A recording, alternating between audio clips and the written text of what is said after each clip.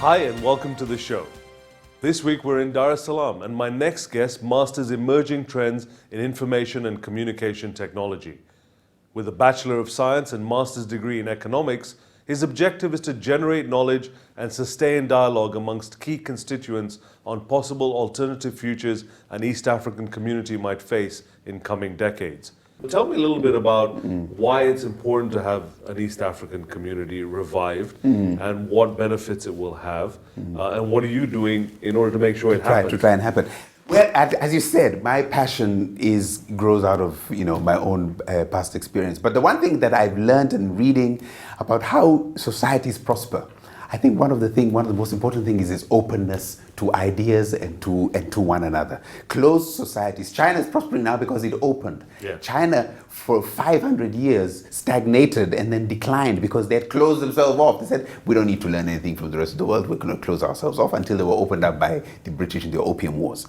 East Africa is at a point in its evolution where I don't think closing ourselves off into tiny, small countries is really an option. It's not going to lead us very far. And we have to work together. We have to open up to one another, to each other's ideas, to each other's talents and skills in order for all of us to improve. There are too many East Africans. This is one of the world's best pieces of real estate, East Africa, one of the world's best. We've got everything here, above ground, Absolutely. below ground, in the oceans, on the mountains, forests, lakes. We've got everything. Why aren't you running your country, and where have we gone wrong with leadership?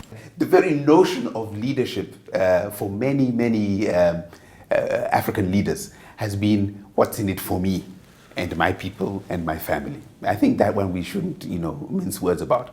Corruption has driven a lot of African leaders' decisions for half a century.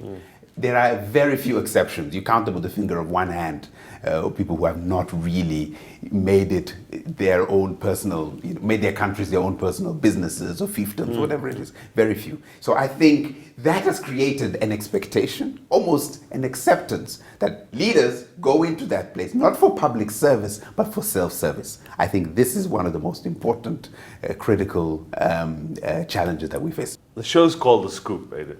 So I usually ask my guests to give me something about them, tell me something about them. Nobody else knows. Nobody else knows. I am a closet.